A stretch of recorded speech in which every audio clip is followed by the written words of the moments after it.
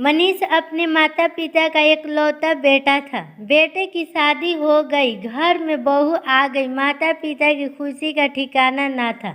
माधुरी की मनीष के साथ शादी को मात्र 2.5 वर्ष हुए थे, लेकिन ससुराल में माधुरी का मन नहीं लग रहा था, क्योंकि ससुराल के माहौल में वह अभी भी पूरी तरह रंग नहीं पाई थी। उसके पास सास ससुर पुराने विचारों के थे और वह अभी भी चटाई पर बैठकर खाना खाना पसंद करते थे।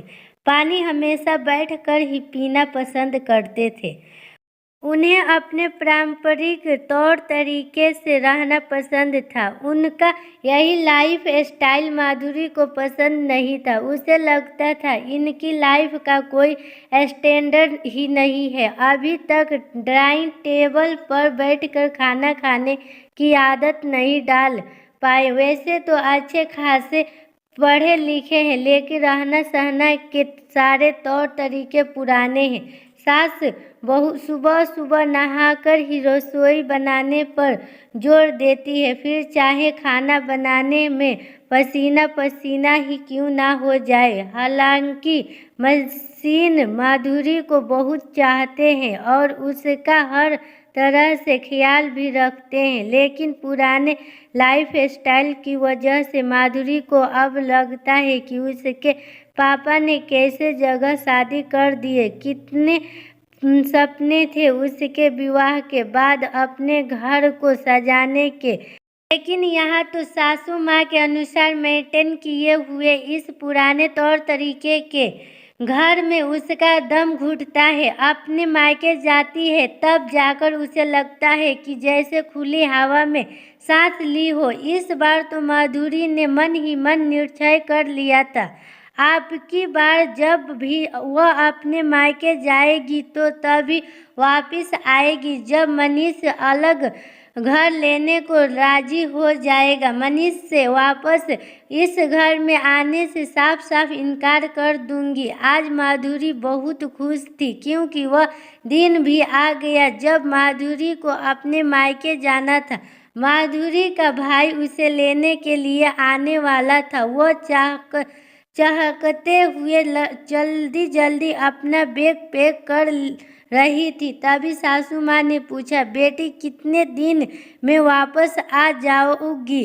तुम्हारे बिना कुछ अच्छा नहीं लगेगा, जल्दी वापस आ जाना। माधुरी ने मन ही मन सोचा, अच्छा नहीं लगेगा या अब आपको आराम करने का टाइम नहीं मिलेगा, अब आपके आराम के में खलल पड़ेगा और अब घर का सारा काम भी तो आपको ही करना पड़ेगा।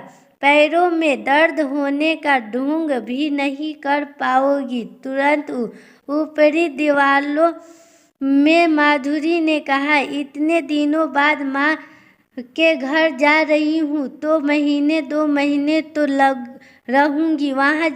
जवाब सुनकर माधुरी की सास चुप हो गई। आज माधुरी मन ही मन में बहुत खुश थी, सोच रही थी कब से कम अब इन खटूस लोगों से छुटकारा मिलेगा। अब तो मनीष के अलग होने पर ही वापस लौटूंगी। मायके में पहुंचकर माधुरी ने चैन की सांस ली। उसकी माँ, भैया, भाभी और छोटी बहन सब ने उसको सिर आंखों पर उठा लिया। दिन भर बातों से किसी को फुर्सत नहीं मिली।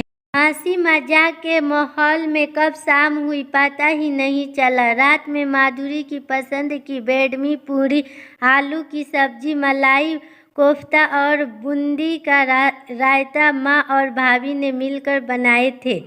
माधुरी ने अपनी भाभी की बलैया लेते हुए कहा, भाभी तुम्हें अभी तक मेरी पसंद याद है? भाभी ने हंसते हुए कहा कि माँ जी है ना, याद दिलाने के लिए भूल कैसे सकती हूँ। माधुरी माँ के गले लग गई।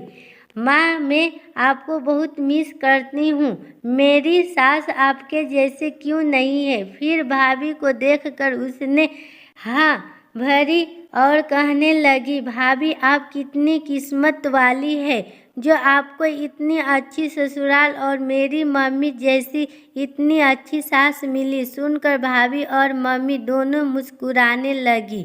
बोली, कुछ नहीं, अलग दिन माधुरी ने भाभी को कहते हुए सुना कि उसकी भाभी भैया से कह रही थी, आप कैसी बात करते हो, मैं दीदी और माँ के साथ बाजार नहीं जाना चाहती, मुझे आपके साथ जाना है। मैं कितने दिनों से सोच रही थी आपके साथ जाकर अपने पसंद की शॉपिंग करूँगी और आप है कि फिर माना कर रहे हैं। मैं सिर्फ और सिर्फ आपके ही साथ बाजार जाऊंगी। बस भैया धीमी आवाज में बोले, दीदी आई है ना, तो उसके साथ जाने में तुम्हें क्या परेशानी है।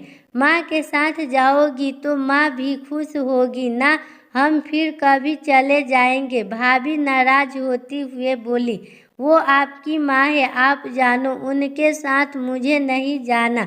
माधुरी इससे ज्यादा नहीं सुन सकी। उसके कानों में भाभी के कहे हुए स्वर गूंज रहे थे, आपकी माँ, आपकी माँ। माधुरी सोचने लगी, तो क्या भाभी के मन में भी माँ के प्रति अपनेपन का वैसा भाव नहीं है जैसा मैं सोचती थी। भाभी भी मेरी माँ को पराया समझती है। भाभी के पति की माँ भाभी की नहीं। अब माधुरी के अंतर्मन ने कहा, हाँ, वे तुम्हारी और तुम्हारे भाई की माँ है, भाभी की माँ नहीं, भाभी की सास है, सिर्फ सास। अंतर्मन ने कहा, तुम भी तो मनीष की माँ को माँ नहीं सास ही मानती हो ना, लेकिन मेरे सास ससुर तो बहुत खड़ूस है। माधुरी ने अपने अंतर्मन से बचाव किया, तो तुम्हारी भाभी की नज़र में तुम्हारी माँ अर्थात उसकी सास खड़ूस होगी। माधुरी की अंतरात्मा ने जवाब दिया। अब माधुरी को अच्छी तरह समझ में आ चुका था कि यह सब नज़र का फर्क है और दो परिवारों का फर्क है। जिस प्रकार दो लोग एक जैसे नहीं हो सकते, वैसे ही दो परिवार भी एक जैसे नहीं हो सकते। विचारों का अंतर तो होगा ही, फिर चाहे उसकी खुद की माँ हो या उसकी सास। आज जिस प्रकार वो अपनी सास से छुटकारा पाना चाहती है, शायद ऐसे ही उसकी भाभी भी यही चाहती हो। नहीं, अब मैं ऐसा नहीं करूँगी। मैं मनीष को अपने माता पिता के अलग करने की भूल नहीं करूँगी। माधुरी कितना गलत थी, उसको अपनी गलती का एहसास हो चुका था। सास ससुर के प्रति जो उसका नजरिया था वो अब पूरी तरह बदल चुका था। आज जब माधुरी ससुराल पहुंची तो ममता माई सास को अपनी बहू की राह निहारते हुए पाया। उन्होंने माधुरी को जीवन का सिद्धार्थ समझाया और उसके दिल में प्रेम का सागर भरा। माधुरी का वैवाहिक जीवन सुखियों के रंग से सरबराबर हो उठा।